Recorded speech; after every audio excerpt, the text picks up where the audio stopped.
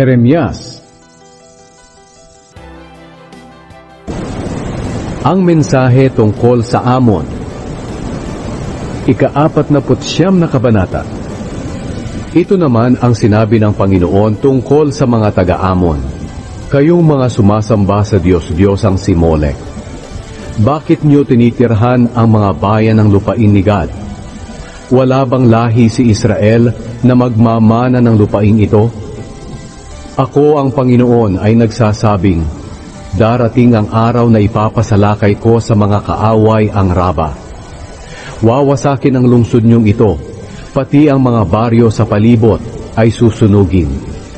Sa ganitong paraan, mapapalayas ng mga taga-Israel ang mga nagpalaya sa kanila. Umiyak kayo ng malakas, kayong mga taga-Heshbon, dahil wasak na ang Ai. Umiyak din kayong mga taga-Raba, magdamit kayo ng damit na sako, at magparuot parito sa gilid ng pader, para ipakita ang pagluluksa ninyo, sapagkat bibihagin ang Diyos-Diyosan niyong si Molek, pati ang mga pari at pinuno niya. Kayong mga taksil, bakit ninyo ipinagyayabang ang inyong masaganang mga kapatagan? Nagtitiwala kayo sa kayamanan ninyo, at sinasabi ninyong walang sasalakay sa inyo. Ako ang Panginoong Diyos na makapangyarihan, ay magpapadala sa inyo ng mga kaaway mula sa mga bansa sa palibot ninyo, para takutin kayo. Palalayasin nila kayo sa inyong lupain, at walang sino mang tutulong sa inyo. Pero darating ang araw na ibabalik ko sa mabuting kalagayan ang mga taga-Amon. Ako ang Panginoon ang nagsasabi nito. Ang mensahe tungkol sa Edom. Ito ang sinabi ng Panginoong makapangyarihan tungkol sa Edom. Nasaan na ang marurunong sa Teman? Wala na bang natitirang marunong magpayo? Kayong mga nakatira sa Dedan, tumakas kayo at magtago sa malalalim na kuweba, sapagkat padadalhan ko ng kapahamakan ang mga lahi ni Isaw sa oras na parusahan ko sila. Hindi ba't ang mga namimitas ng ubas ay nag-iiwan ng mga bunga? Hindi ba't ang mga magnanakaw ay kumukuha rin lang ng anumang magugustuhan nila? Pero kukunin ang lahat ng ari-arian ng mga angka ni Isaw. Kukunin ko ang takip ng pinagtataguan nila, para hindi na sila makapagtago. Mamamatay ang mga anak, kamag-anak, at mga kapitbahay nila. Walang matitira sa kanila. Pero maiiwan sa akin ang mga ulila nyo, dahil ako ang kakalinga sa kanila. At ang mga byuda nyo ay makakaasa sa akin. Sinabi pa ng Panginoon, kung ang mga walang kasalanan ay nagdurusa, kayo pa kaya? Tiyak na parurusahan kayo. Isinusumpa ko sa sarili ko na ang Bozra ay mawawasak. Magiging nakakatakot ang kalagayan nito, at kukutsain at susumpain nito. Ang lahat ng bayan nito ay magiging wasak magpakailanman. Ako ang Panginoon ang nagsasabi nito. Narinig ko ang balita mula sa Panginoon na nagpadala siya ng mga sugo sa mga bansa para paghandain sila sa digmaan at hikayatin silang salakayin ang bansa ng Edom. Sapagkat sinabi ng Panginoon sa mga taga-Edom, gagawin ko kayong mas mababa kaysa sa ibang mga bansa, at hahamakin nila kayo. Ipinagmamalaki ninyo na nakatira kayo sa batuhan at matataas na lugar. Pero sa pagmamataas at pananakot niyong iyan sa iba, dinadaya niyo ang sarili ninyo, sapagkat kahit na naninirahan kayo sa pinakamataas na lugar, katulad ng pinagpupugaran ng agila, ibabagsak ko pa rin kayo. Ako ang Panginoon ang nagsasabi nito. Sinabi pa ng Panginoon, magiging malagim ang kalagayan ng Edom. Ang lahat ng dumadaan ay mangingilabot at halos hindi makapaniwala sa nangyari sa bansang ito. Kung paanong nawasak ang Sodom at Gomora at ang mga bayan sa palibot nito, ganoon din ang mangyayari sa Edom. at wala nang maninirahan dito. Ako ang Panginoon ang nagsasabi nito.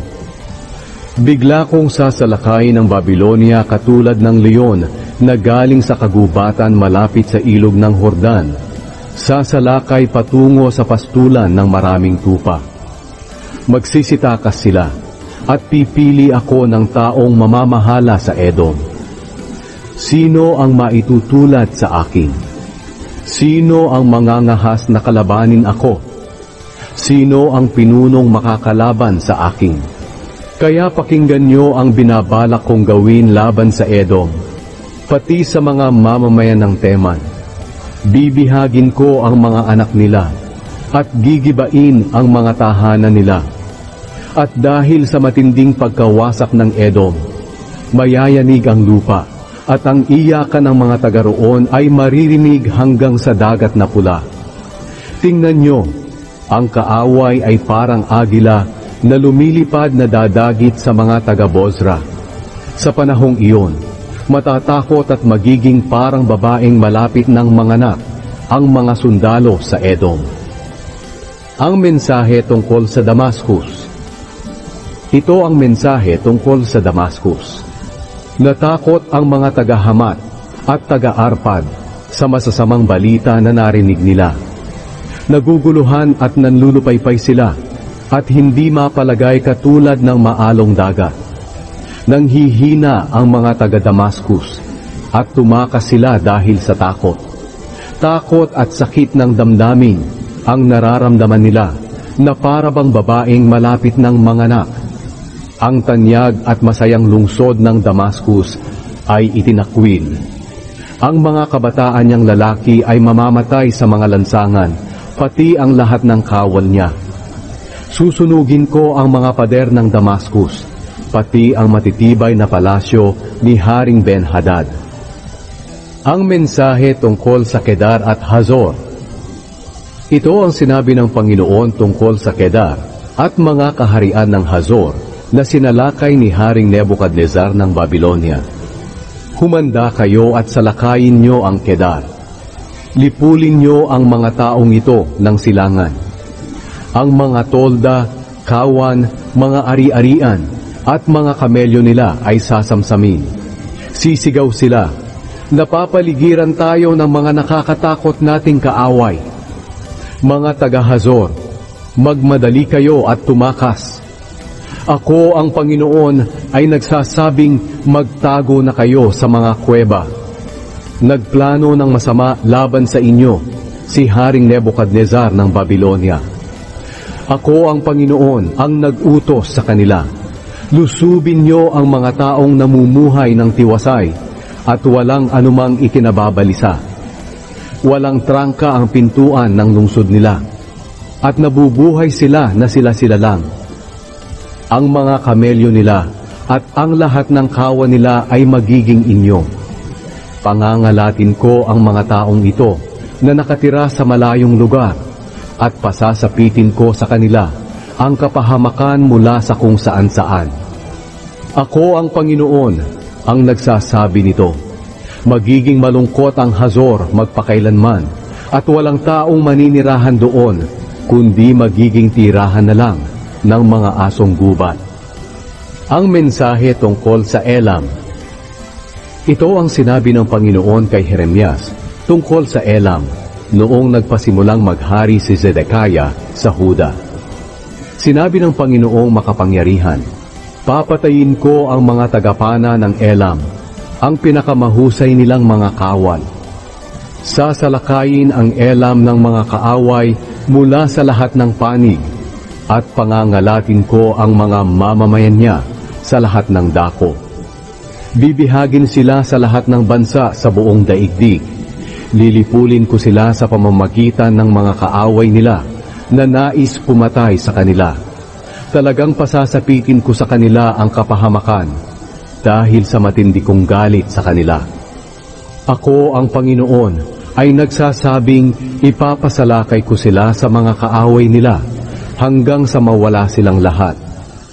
Papatayin ko ang hari at ang mga pinuno ng Elam at itatayo ko roon ang trono ko. Pero darating ang araw na ibabalik ko ang Elam sa mabuting kalagayan. Ako ang Panginoon ang nagsasabi nito.